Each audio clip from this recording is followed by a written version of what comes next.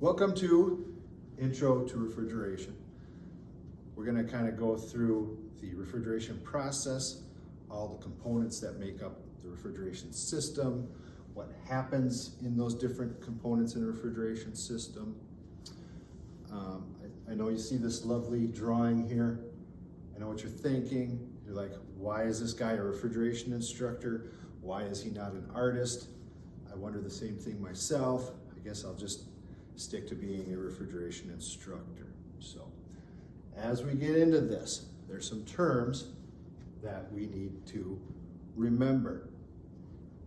We have a compressor, condenser, metering device, evaporator, liquid line, suction line, discharge line, high side and low side. Probably don't make a lot of sense to you now, but as we get in and start explaining things, hopefully when this is all done, you can define these terms, you can define what is happening in the system at different points. One of the key things is, this is where it all starts. We have to learn this system and how it operates, or we'll never be able to find out how to fix the system. If we don't know how it works when it's working good, we won't know what to expect when it's working bad. So let's take a look here. We have our compressor. The compressor is the heart of the system. It moves the refrigerant through the refrigeration lines. It's like a car motor. So there's actually two pistons in there, and they hammer up and down. They actually compress. That's where we get compressor from. It actually compresses a low pressure vapor into a high pressure vapor. So we have our compressor, heart of the system. We come out of the compressor on the discharge line. Now the discharge line is hot. Do not want to touch that with your fingers. It will leave fingerprints left on the pipe. So we try to avoid touching that anytime we're working on a system. The discharge line is hot and it is a high pressure vapor. We run down the discharge line, we enter the condenser. The condenser is where heat is released. So we're super hot, super high pressure. We get to the condenser. There's a lovely little fan here. That fan is spinning. It's bringing in fresh air. And it's actually condensing that high pressure vapor into a liquid. So the compressor compresses, the condenser condenses. We come out of the condenser on the liquid line. Liquid line is a high pressure liquid, but it is cooled off. That's how we got it from a high pressure vapor to a liquid. It's not as hot as the discharge line. The liquid line should be about ambient temperature. Ambient temperature is just the temperature around us. So when you touch that line, shouldn't be much difference. Shouldn't be real hot, shouldn't be real cold. Should just be whatever the air around you feels like. So high pressure liquid on our liquid line. Now we come to our metering device. Again, refrigeration guys, probably not that smart. We really got to put the description in the name of our parts. Our metering device meters the refrigerant. It'll open and close and let more or less refrigerant through as needed. Think of it as a spigot for a garden hose. If I open that hose up, I let more water through. If I close the spigot handle, it lets less refrigerant through. That's what our metering device does. If we need to, if we got a heavy load on there, it's gonna open up more and it's gonna let a lot more refrigerant flow through it to help us remove heat. That's right, I said remove heat. We don't make things cold. Customers were constantly saying, can you make my cooler colder? Can you make my house colder? No, technically I can't. We can't make cold. we remove heat. That's how things get colder, by removing the heat from them. So we come out of the metering device. Now we're a low pressure liquid vapor mix. Now we're turning into the suction line. Our flow is heading to the evaporator. Here's our evaporator. That's where the heat is absorbed. So we're not making things cold. We're absorbing all of the heat out of the space. Evaporator, again, evaporates that liquid, so we come out as a low pressure vapor. That is on our suction line. Compressors, what are they doing? They compress. A compressor can only compress vapor.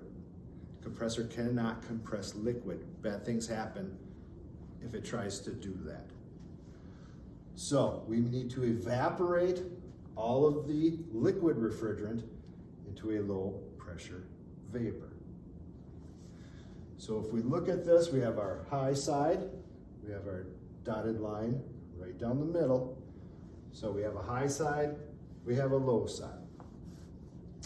High side is the warm side. We have a hot discharge line. We have a warm liquid line. The low side has the cold side. We have a liquid vapor mix. We have low pressure vapor. This pipe will actually be cold and sweaty. Old timers call it beer can cold. When they're checking a system, if they grab onto that line and it feels like an ice cold beer, that system's running great. We do things a little different nowadays. I do like cold beer though. So low side, high side. If we actually look at what this does on a normal system, I have a unit here.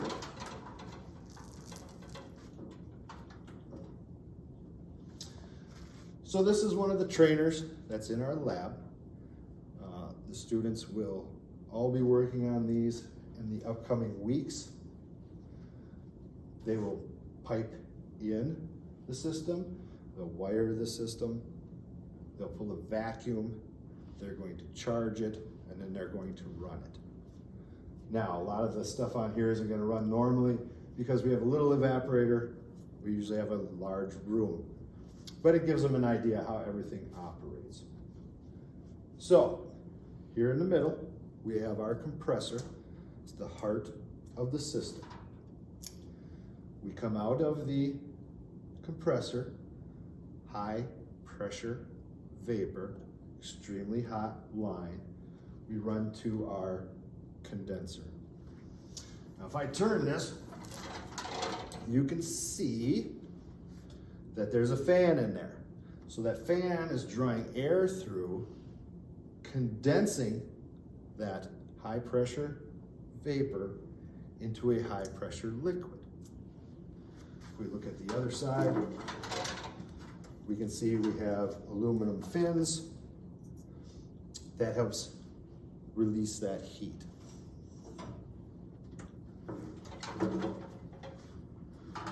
Once we come out of the condenser,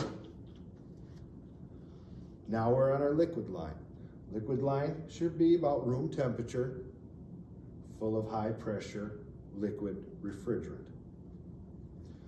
These two items here, this is a filter dryer, this is a sight glass. We'll get into more of these key components a little bit later on, but the filter dryer, that just cleans up the system. If there's any impurities in there or anything, that catches them. The sight glass, that's just like a little window into the system. We can see how much refrigerant we have in there and see how the system is operating. So, still on the liquid line, come out. Here is our expansion valve. It's a metering device. This meters the refrigerant.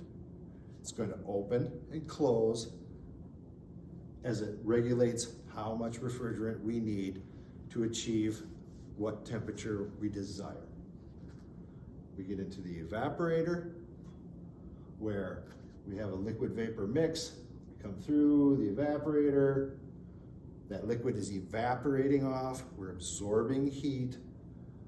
We come back on our suction line, and our suction line goes back to the compressor.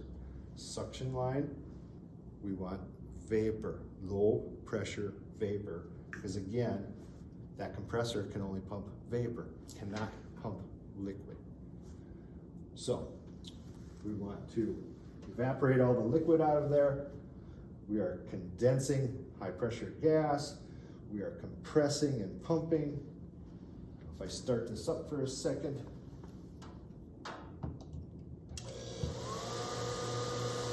compressor starts, the fan is turning, we're drawing air through there,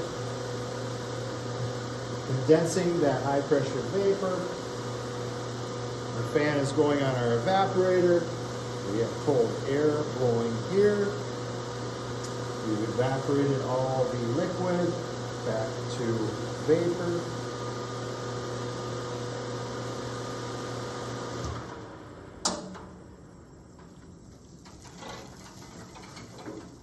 So one of the key things that you need to know is you need to know all these terms.